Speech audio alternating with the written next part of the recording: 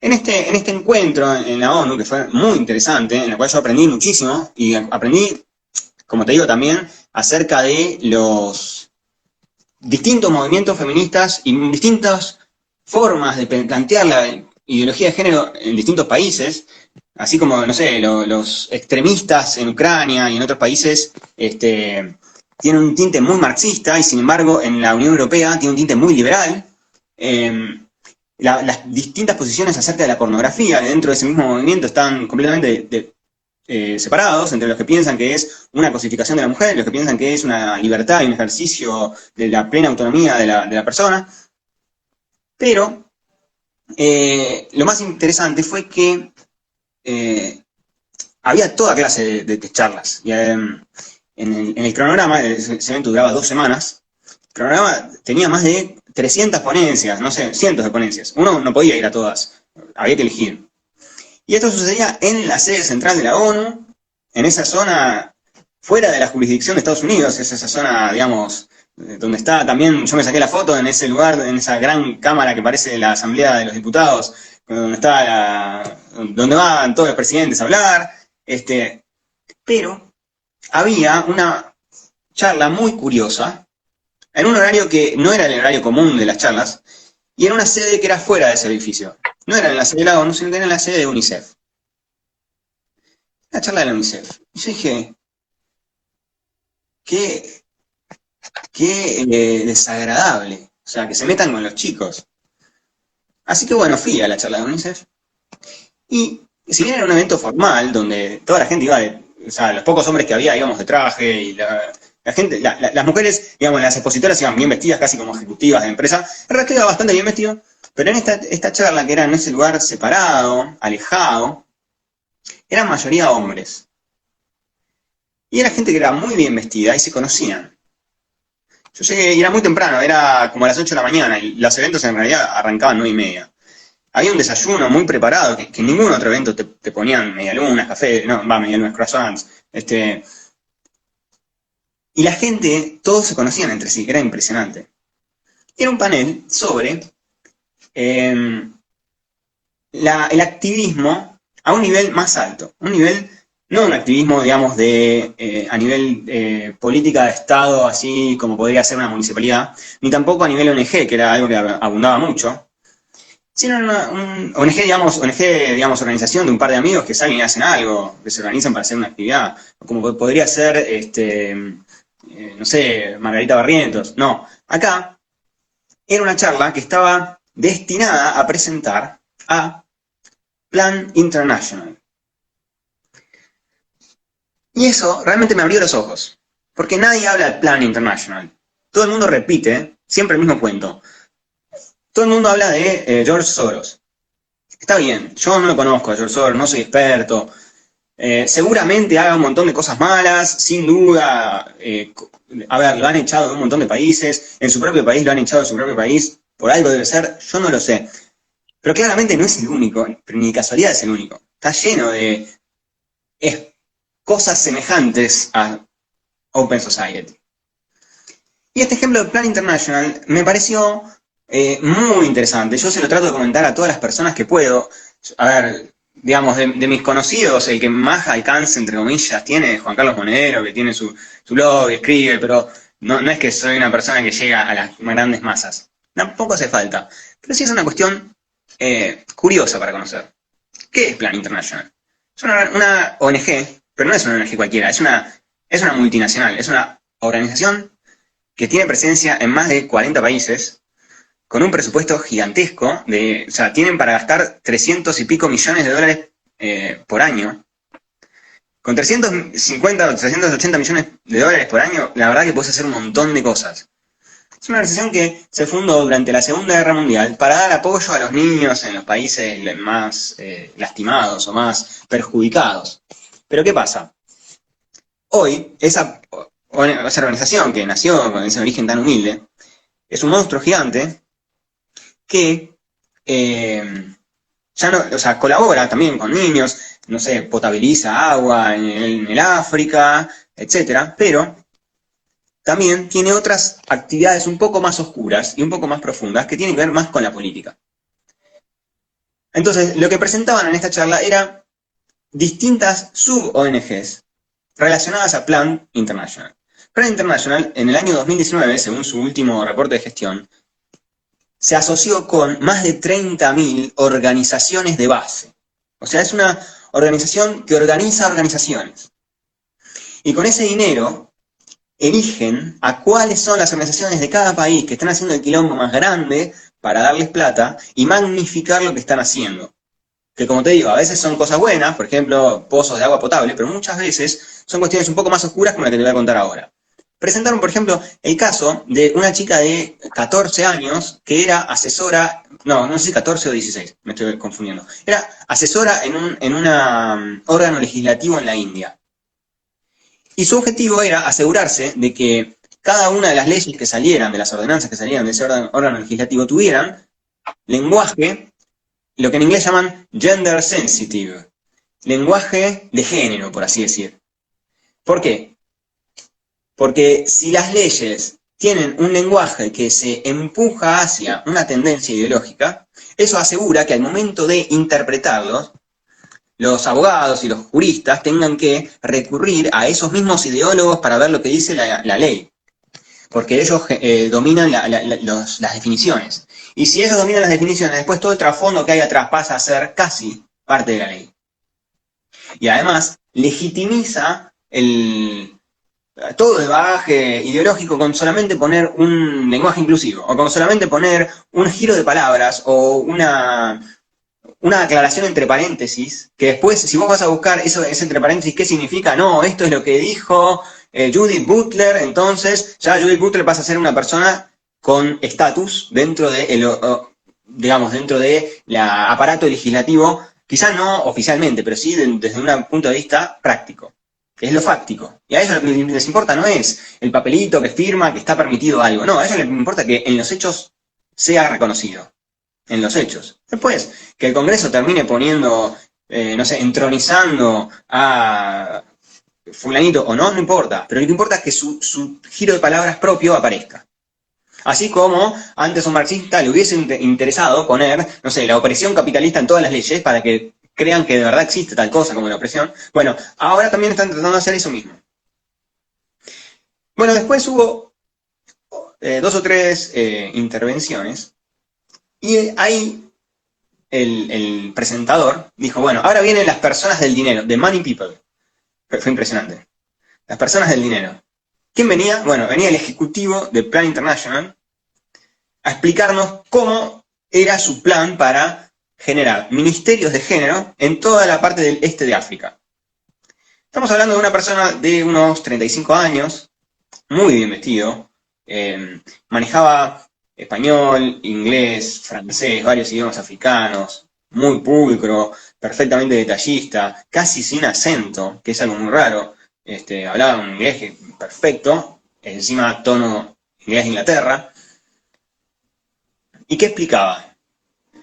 Él estaba en esa reunión donde había 20 personas que estábamos escuchando. Entre esas 20, él quería recoger 6 millones de dólares en donaciones. Claramente le estaba hablando a un público que él creía que era un público suyo, propio, captivo. Claramente sabía que entre los que estaban ahí invitados había gente a las que él le podía sacar una buena moneda. Entonces, claramente, ¿qué hacen las personas cuando quieren venderse? Cuentan todo. Quizás tampoco exageran. Pero vamos a ver después que ese plan que él estaba explicando, después se desarrolló a la perfección. ¿Por qué?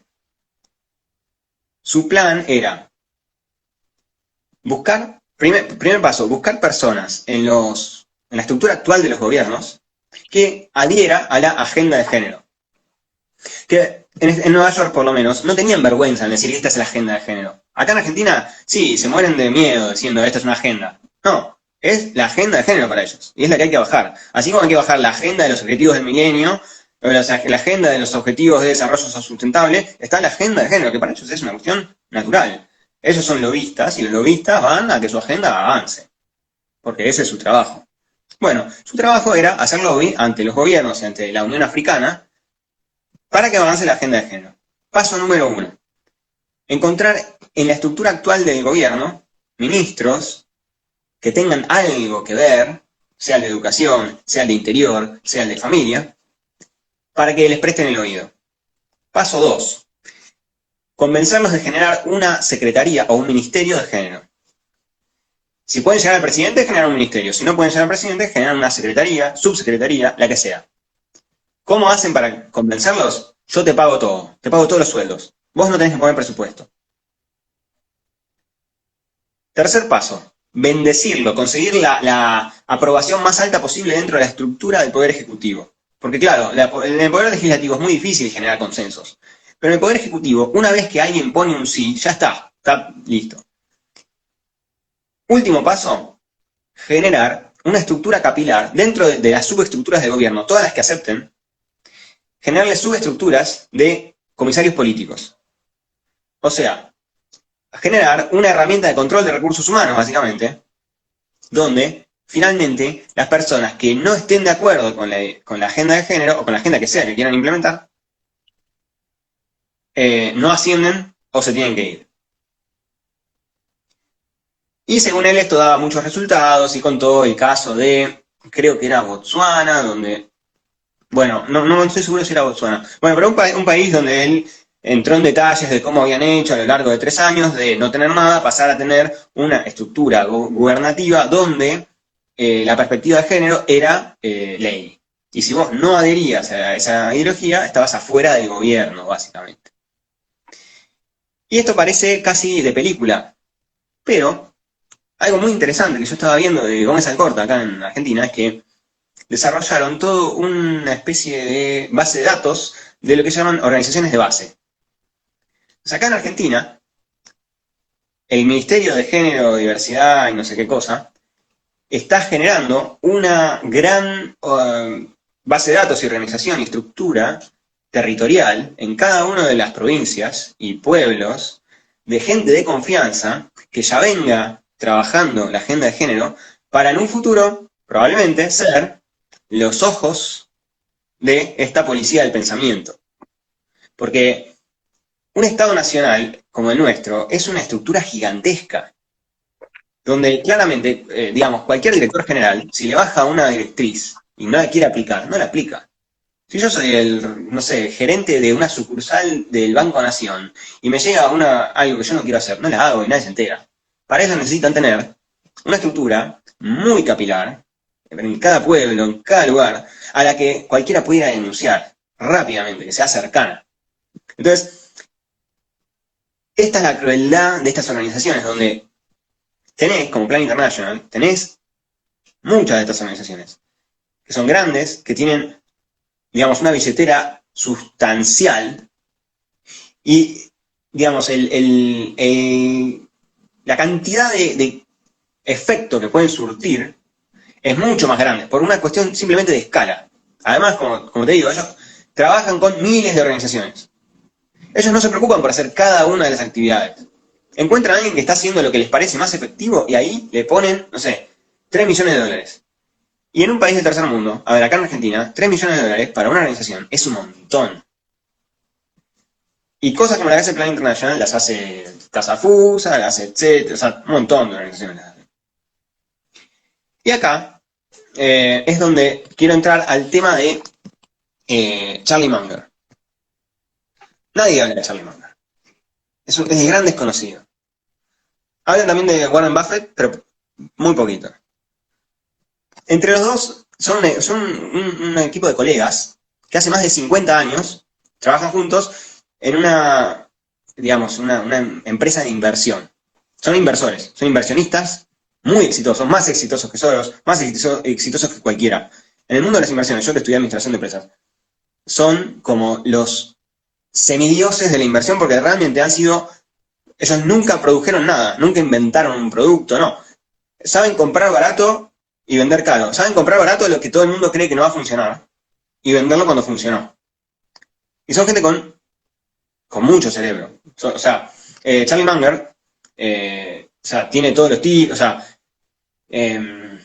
estudió, casi se recibe de ingeniero. No se recibió porque se fue a Harvard a ser abogado, donde lo tomaron para entrar en la escuela de abogacía sin haberse recibido ni siquiera. Y ejerció la abogacía, después fue inversor. Ahora tiene, no sé, más de $1.000 millones, porque y sabe de distintos temas. Y este hombre, así como es re famoso en el mundo de las inversiones, también fue durante 20 años director de la Planned Parenthood en California. Y este hombre es muy curioso, porque él cuando era joven, él dice, él tiene 9 hijos, de los cuales 2 son hijos de la segunda mujer. Él tuvo 7 hijos biológicos. Y él dice, sí, yo tuve 7 hijos porque yo antes pensaba de otra manera que no como pienso ahora, dice él. ¿Por qué? Cuando él era más joven, él creía en el darwinismo estricto, donde su objetivo era tener hijos, tener una familia numerosa para ser animalmente el rey de la colina, por así decirlo. Esta es una persona cuya filosofía de base es netamente estoica. Él es fanático de Cicerón, ha traducido obras de Cicerón del latín al inglés, y también es fanático de Benjamin Franklin. Entonces tiene esta cuestión de la virtud, que es una cuestión muy materialista, a la cual uno puede llegar por sus propios medios, casi pelagiano, así como Benjamin Franklin, que era una persona muy retorcida, con esa obsesión por ser mejor cada vez y tratar de mejorarse por sus propias fuerzas. Bueno, Munger no la tiene tan enfermizamente, pero claro, él cree que uno se hace bueno a sí mismo, ejercitándose en la virtud y siendo muy coherente con lo que uno cree. Entonces él es muy coherente con lo que él cree. Él primero creía en ese darwinismo absoluto. Pero él, después, pasó a tener una visión mucho más pesimista. Él es muy numérico, muy calculador, y llegó claramente a la idea de que es una idea que saca del mundo de la biología. Todo ecosistema tiene una capacidad de carga. El que tiene un campo sabe, el campo banca hasta X cantidad de vacas. Si pones una vaca más, de repente te empieza a faltar pasto, te empieza a faltar agua. ¿No? O sea, cada ecosistema banca una X cantidad de animales. Dice, bueno, si el humano es un animal y el planeta Tierra es un ecosistema, él dice, bueno, claramente hay un número máximo de humanos que pueden vivir según la producción de alimentos que tiene el planeta, y si llegamos a más de eso, vamos a tener un lío bárbaro. ¿Cómo no llegar a eso? Bueno, si esa es la mayor amenaza para la humanidad, y es lo que eso él cree, y su colega Warren Buffett, que creo que ahora es la tercera persona más rica del mundo, siempre está ahí peleando el puesto 1, 2 o 3 contra Bezos y contra Zuckerberg y contra Carlos Slim. Entre los dos, han financiado durante casi 30 años, fueron solo ellos las únicas personas en el mundo que financiaban estudios sobre anticoncepción y reducción poblacional, estudios científicos. Que eran estudios que, si pensamos en los años 70, era muy peligroso financiar algo así. El Estado ya no podía financiar algo así, porque claramente es era algo que era muy polémico, y o sea, tenía que financiar sí o sí un privado. Y fueron ellos quienes realizaron grandes avances, entre comillas, en la técnica, en la ciencia, en el conocimiento, de cómo hacer estos manoseos biológicos en la persona, y también a nivel de sociedad. Entonces, claro, Warren Buffett es una persona muchísimo más rica que George Soros, y él tiene una fundación a la cual, cuando el día que él muera, va a transformar fortuna, que no la tiene en billetes, la tiene en su empresa. Su empresa vale 300, no sé cuánto, $1.000 millones,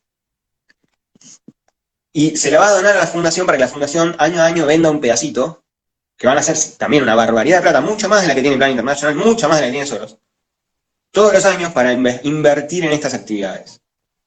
Entonces, si el problema es ahora, no, el problema es mucho más adelante, o sea, cuando de repente se desate este flujo de financiamiento, que claramente ya existe un montón de financiamiento para cosas que manipulan al ser humano y que lastiman a la humanidad y que influyen en la política de los demás países, pero esto está lejos de ser lo que va a ser. Además, porque ideológicamente el transhumanismo gana, porque vende. Te promete que este señor Aubrey de Grey, creo que es, el gerontólogo que dice que vamos a vivir 200 años. Hay un montón de gente que dice, bueno, financio esa investigación, a ver si podemos extender la vida humana. O todo esto que dicen de tener miembros biónicos, entonces me saco el brazo para ponerme... Y hay gente que cree en eso y lo financia, y lo peor es que eso va a suceder porque, digamos, generar una máquina que hace más fuerza que mi brazo no es muy difícil. Nosotros, el ser humano sabe producir máquinas repotentes, o sea, vamos a tener cuestiones fuertes. La cuestión es, más allá de eso, es en qué consiste ser humano, cómo definimos al humano. Y el problema es que ellos justamente dicen, no, el humano no va más. Esto es lo transhumano, es lo que va más allá de la humanidad. Es algo, digamos, que va de la mano con todas estas ideas de autodeterminación, pero autodeterminación extrema, por una cuestión, es decir, yo elijo qué carrera estudiar o en dónde laburar. Eso es una autodeterminación. Pero eso es lo que yo hago. Ahora, acá lo que te están diciendo es que vos podés elegir lo que vos sos, es cambiar tu esencia. Y eso tiene una visión muy peligrosa, porque estamos jugando con la esencia de qué somos. Y así como ahora hay mucha gente que está deprimida porque no encuentra un sentido a la vida, no sabe para qué está, imagínate que de repente vos le das para elegir, no sé, construirse, no sé, algo de la nada. Pasa a ser algo muy angustiante porque vos no sabés si te confundiste cuando tomaste la decisión de que vos querías sacarte tu mano para ponerte una mano biónica o que vos querías hacer no sé qué cosa horrible que tienen planeada. Entonces, a ver, yo creo que lo importante acá es ver que existen organizaciones poderosas, sí. Son muchos más de los que están comúnmente conocidos en los canales de conspiranoia y de no sé qué, no sé, se viene el nuevo orden mundial. No sé, a ver, hay tantas definiciones de nuevo orden mundial que yo no sé ni cuál es la verdadera ni cuál es la falsa. Pero también no me quiero quedar solamente con esta mala imagen, sino también decir que hay muchas otras organizaciones que hacen justamente lo contrario. A esto va lo de la lucha ideológica, o lo de la lucha, digamos, por defender lo que es el humano, y para qué estamos, y hacia dónde vamos. Porque es muy fácil vender libertad, y vender ausencia de límites. Especialmente en un mundo donde estamos limitados por todo. Digamos, tener una familia te limita. Tener un trabajo te limita. O sea, todo te limita, está lleno de límites.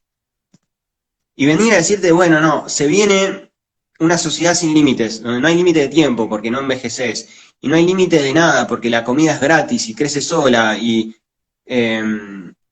claro, no hay límites y vos haces lo que quieras, lo que quieras. ¿Y qué haces o sea, qué significa lo que quieras?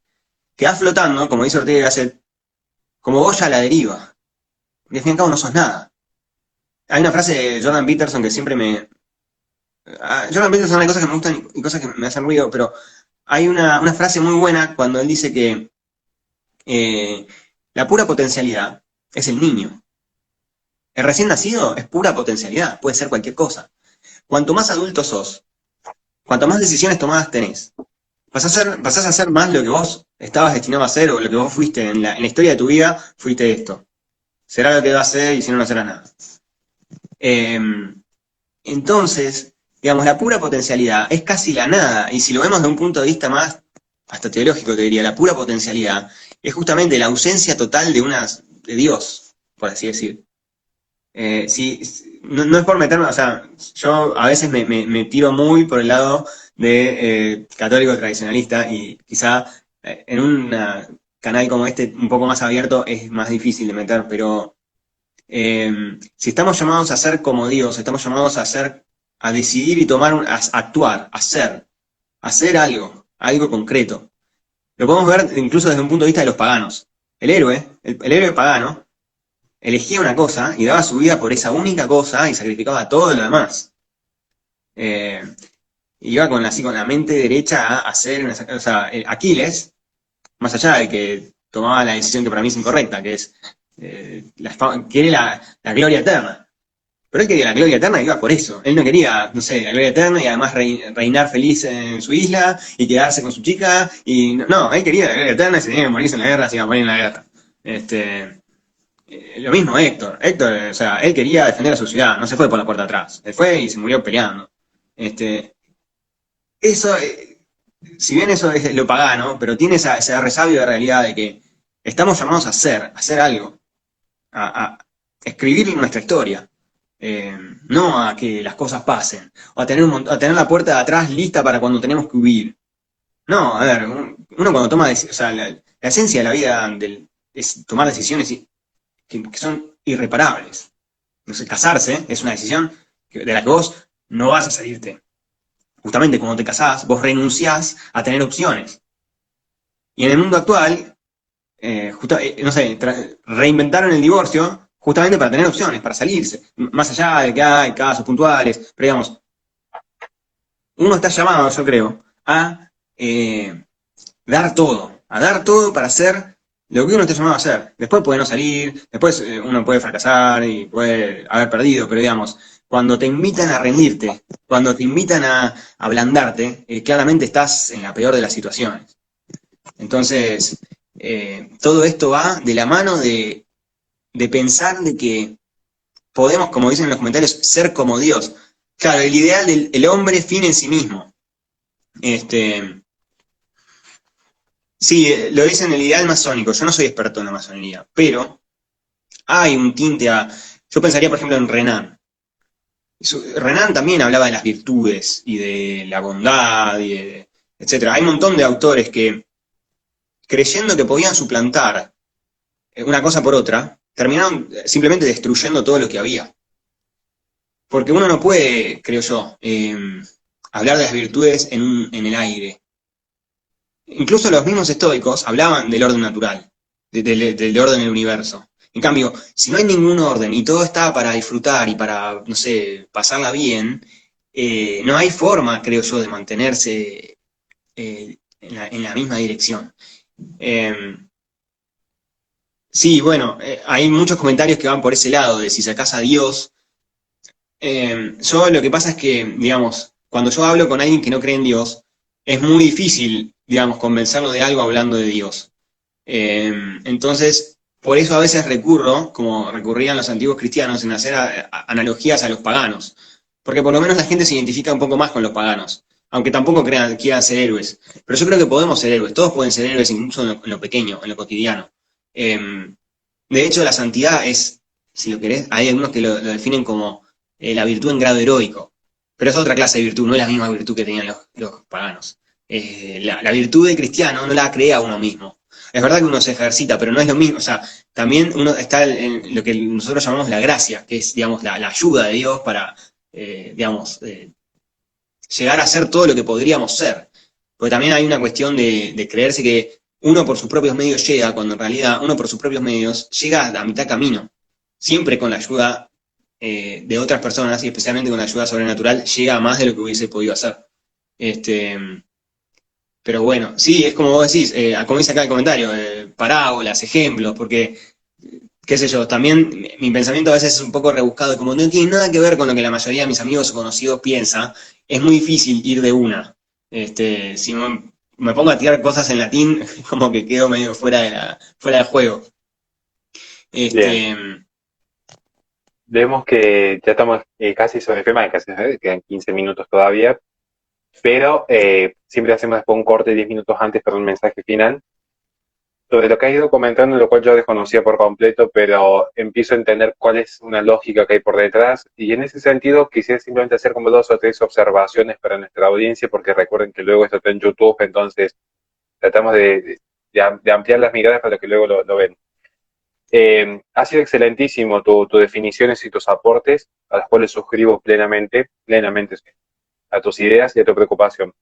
Como siempre piden que recomendemos algunas series de obras, bueno, vamos a recomendar algunas lecturas específicas para complementar lo que excelentísimamente ha expuesto Andrés Aldrich, a los cuales te agradezco enormemente que nos has regalado una hora de tu vida para educarnos en este punto, y son las siguientes lecturas. En primer lugar, lean, por favor, Las bondades del pesimismo de Roger Scruton, particularmente lean el capítulo 1, porque en el capítulo 1 estamos hablando de un conservador, y luego algún día podríamos hablar, si quieren, una crítica al conservatismo anglosajón que le da el padre Calderón Bouchet, pero eso va a ser tema de otro vivo. Por ahora nos quedemos con esta parte al menos, de a poco vamos. El capítulo 1 marca un error que es propio del iluminismo. ¿En qué sentido es un error propio? Cuando el ser humano ingresa en esta suerte de querer mantener un espacio político, digamos, de la cristiandad, pero ya sin Cristo, que es el quebrantamiento que hay en el siglo XVI en adelante, en esta suerte de querer poner a la razón por sobre la fe, no hubo nunca, en ningún momento de la historia, al menos no lo que muestra la experiencia universal, un vestigio de humildad de querer reconocer que hubo un error en el proceso y querer retroceder. Entonces, lo que se hizo fue siempre profundizar el error. Cuando han venido los grandes líderes mesiánicos, que podemos tomar ejemplos por demás conocidos en lo que es, entre comillas, una derecha liberal, como podría ser Stalin, Hitler, Mao Zedong, pero si lo llevamos también por el otro lado, podemos tener a Margaret Sanger desde 1916 en adelante, vamos a ver que siempre estuvo por detrás una idea de la ciencia, que puede ser una ciencia histórica, como el gran salto adelante, una ciencia económica, como puede ser una ciencia eugenésica, pero siempre en nombre de la ciencia se han cometido los mayores atropellos en la humanidad. Y siempre fue que la ciencia iba a traer a la Tierra ese paraíso celestial perdido por la naturaleza caída del hombre y que de repente la propia mente humana, imperfecta por definición, podría construir un paraíso que puede ser desde un proyecto positivo como el marxismo, como un proyecto positivo del capitalismo. Pero en todo caso, todos pecaron por no conocer lo que era en efecto un principio del escepticismo o del el sentido más básico de prudencia, si yo quiero en términos más sencillos. Entonces, la primera lectura que yo recomendaría sería al menos el primer capítulo de las bondades del pesimismo de Roger Scruton. La segunda lectura que yo recomiendo, para complementar lo que muy bien ha expuesto Andrés, sería que lean un autor, que yo sé que va a ser muy criticado por muchos, yo entiendo cuál va a ser el sentido de crítica, pero creo que no está de más adquirir nuevos conocimientos, que se llama Homo Deus. Homo Deus, de Jungmann, es un libro muy importante, porque muestra que en efecto hay una realidad que es transversal al género humano en la actualidad. ¿Cuál es esta realidad? Que si bien pareciera que en plena posmodernidad se han eliminado en principio, entiendan el contexto en el que escribe Jungmann también, en principio se han eliminado los grandes conflictos bélicos, porque ya no existen las guerras mundiales como pueden existir también en el siglo XX, en principio se han eliminado las grandes pestes, recuerden que esto lo escribe a comienzos del 2000 aproximadamente, y que se han eliminado las grandes hambrunas, pareciera ser que el hombre es cuando más cerca está de Dios, y más si consideramos las conferencias de Miklos Lukács en torno al transhumanismo. Pareciera ser que el hombre es cuando más cerca ha estado de emular la figura de Dios, pero al mismo tiempo es el momento histórico en el que el hombre más cerca ha estado de su autodestrucción. Y la tercera lectura que yo recomiendo, y acá complemento lo que bien plantea, porque muchos van a pensar que en este lugar hace una suerte de apologética exclusivamente al catolicismo. Yo no reconozco mi calidad de católico o intento de católico porque sé que erro mucho en el día a día, pero vamos a complementar porque cuando la verdad está allí afuera, uno tiene cómo demostrarla por distintos caminos y todos los caminos llevan a Roma en este sentido. Vamos a recomendar que lean mitología griega. Hay mucha verdad en la mitología griega. Entonces recomiendo que lean dos grandes paradojas, o al menos dos grandes mitos que se aplican a paradojas. En primer lugar, la primera mujer de la mitología griega, Pandora, que es presentada por Zeus a Epimeteo, el hermano de Prometeo, donde tenía una sola obligación que era no abrir la caja, pero finalmente la curiosidad, entiéndase, esta curiosidad en la ciencia, en el descubrir, trajo todos los males al mundo. Bien, la apertura de esta caja. Entonces, analicen en profundidad quién fue Prometeo, quién es Epimeteo. De hecho, Epimeteo en la traducción del griego significa el que actúa sin prudencia, no es un tema menor, y la esposa era justamente Pandora. Analicen lo que es este fenómeno de la curiosidad y querer innovar constantemente en nombre de la ciencia. Y luego la segunda paradoja que se vincula a lo que plantea muy bien al comienzo Andrés, el largo. Cuando se empiezan a sustituir las partes de la nave, es más, la complejicemos con un ejemplo que da el propio Thomas Hobbes. Complejicemos que si la nave con la que parten los argonautas fuese reemplazada pieza por pieza al final del viaje, ¿seguiría siendo o no seguiría siendo la misma nave? Es más, supongamos que cada pieza vieja se utiliza para construir una nave secundaria. ¿Cuál sería la verdadera nave? ¿La primigenia, que fue sustituida íntegramente, o la segunda, que es el resabio completo de las piezas de la primera nave? Estos temas yo creo que son interesantes analizarlos, como siempre insistimos en este espacio, no venimos a plantear certezas, muy por el contrario, venimos a plantear dudas y que la verdad prevalezca en base a la investigación y la duda genuina que cada uno pueda tener. Ya como estamos sobre el final, los últimos 10 minutos que nos quedan siempre como una cortesía de la casa, que el invitado pueda decir lo que desee del tema que desee con total libertad de expresión y también que nos dejen todas las redes, tanto de él, de las páginas que él maneja, de las asociaciones en las que él participa, para que nosotros podamos ayudarlo, podamos difundir su contenido y apoyarlo por los mecanismos que sean necesarios. Bueno, me gusta lo que recomendás.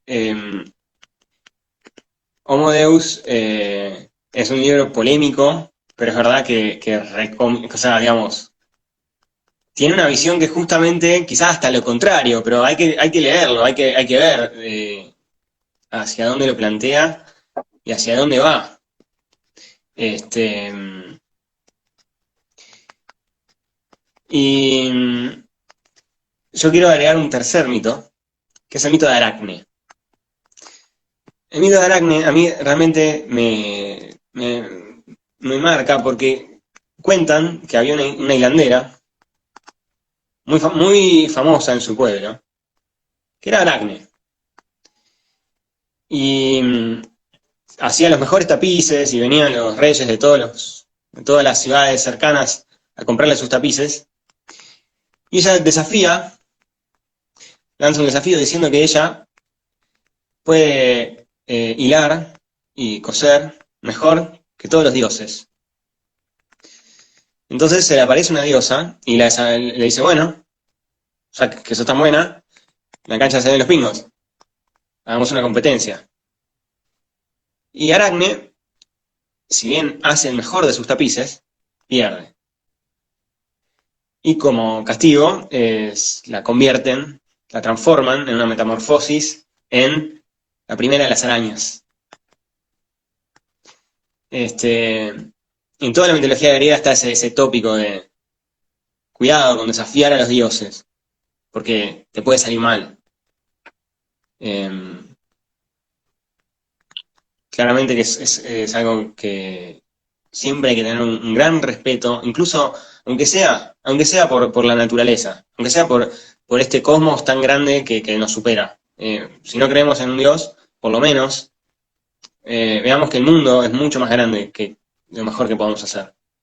Y nosotros no lo podemos hacer solos, claramente. Con respecto a, bueno, mis redes, mis actividades, yo la verdad que no estoy muy presente en redes. No soy youtuber ni escritor prolífico, pero claramente estoy colaborando, sí, obviamente en NOS, los jóvenes NOS. Ahí sí los invito a que lo miren, si bien no tiene tanto, tiene algo que ver, pero digamos, esta no es una charla de política, pero para todas las personas que están ahí afuera y creen que quieren buscar una alternativa, les planto la semilla de la duda de que se sumen a nuestras páginas, vean un poco lo que hacemos. La verdad que estamos trabajando muy fuerte, estamos en prácticamente todas las provincias, los jóvenes NOS, en un montón de ciudades estamos, así que hay mucho por hacer, es muy apasionante. Sé que vos también estás ahí en la primera línea de batalla, abriendo camino, así que nada, pero quiero invitar como a todos los que nos estén viendo, a nada, que se sumen, miren un poco, me pueden contactar, búsquenme por mi nombre, ya sea en Instagram, en Twitter, es medio raro mi apellido, pero si le sacan captura, me pueden copiar y pegar. Así que bueno, nada, ahí estamos para lo que necesiten. Me pueden escribir, si tienen alguna duda, consulta, yo encantado. Excelentísimo. Ya nos estamos quedando sin tiempo y quería hacer una última reflexión que no quise extender por ahí cuando me tocó hacer un pequeño aporte. Además de agradecerte enormemente, Andrés, nuevamente porque nos has regalado una hora de tu vida para educarnos. El tema del control poblacional, que quizás fue como el tópico de entrada, no es un tema menor. De hecho, es la tesis principal de mi libro. Las políticas antinatalistas son transversales. Si uno cuando habla de las políticas antinatalistas que entiende así la cultura de promuerte, uno va a ver que hay un disparador que es justamente con el fin de la Segunda Guerra Mundial, donde surge una suerte de fin último del modernismo tal como se conocía, donde empieza a aparecer una masa bastante extraña, pero que en el fondo responde a la misma lógica, porque mucha gente se ha esforzado vanamente, muy vanamente, en querer definir si estos grandes empresarios son de derecha, de izquierda, si son capitalistas, si son comunistas. No se dan cuenta que en realidad las etiquetas ya están de más Lo que sí es cierto son los principios rectores, que muchos también incluso yo lo he cuestionado en términos de filosofía, ya así desde un punto de vista un poco más secular. No es que tampoco sean relativistas morales. Decir que Peter Singer, escritor de Liberación Animal, es relativista porque pone en el mismo nivel a un niño discapacitado que a una vaca, como lo hace expresamente en su libro, es un error en filosofía moral, porque no es un escéptico moral. De hecho, él escribe una tesis moral que es una acción universal, que es el mayor placer para la mayor cantidad de gente posible, y es esta idea que se viene gestando desde el utilitarismo, cuando en efecto el liberalismo político no dio una respuesta universal a premisas universales que estuvo fogoneando desde la revolución en adelante. Lo que estamos mostrando en todo caso es que en estas personas, ellas están convencidas que es un bien reducir la población. Y si uno cree que esto es una teoría de la conspiración, yo simplemente les dejo un dato, vean qué sucede en la conferencia de Bucarest, cuando se plantea el control poblacional en 1974 a instancia de la ONU, y cómo 2 años después aparece en financiamiento internacional a los movimientos feministas y a los movimientos ecologistas, que literalmente van de la mano. De hecho, fíjense quién le da la preeminencia a las tesis malthusianas y quién financia y quién ayuda a financiar al Paul Ehrlich, que era un simple, vamos a decir, etnólogo más, pero tenía una complejidad en su pensamiento con la escritura de la bomba demográfica, que es la tesis utilizada cuando se habló del enfriamiento global, cuando se habló de los agujeros en la capa de ozono y cuando se habla del calentamiento global. Podríamos discutir luego los fenómenos climatológicos, que eso también está desmentido en una sección de mi libro, que eso lo plantea más que todo mi socio Bosler, pero sí algo que es real en todo esto. La solución que hubo por detrás, igual que para muchas raigambres feministas que han proliferado y ciertos espacios indigenistas, fue siempre disminuir la población. Y esa es la tesis que ha girado en torno a todas las agendas culturales. Por eso nos ha parecido más que prudente y oportuno tener la presencia de nuestra querida profesora en este programa, para que en efecto podamos nutrirnos y tener una perspectiva más amplia, porque son fenómenos complejos que no se pueden reducir solamente a derecha o izquierda. Sirven quizás para una batalla en Twitter, pero la vida va más allá de las redes sociales. Sin más que agregar, gente, muchísimas gracias. Nos vemos mañana a las 11 nuevamente. Y recuerden, los lunes de 6 a 9 en Play FM. Nos pueden ver en vivo también vía Twitch. Recuerden que tenemos ya nuestro canal que lleva 1500 suscriptores en YouTube con La Resistencia y mi humilde canal de Horacio Justo. Ya estamos en 5800 suscriptores en 3 meses de trabajo intenso. Así que eternamente agradecidos de corazón a todos por su gran apoyo. La estamos viendo. Muchísimas gracias.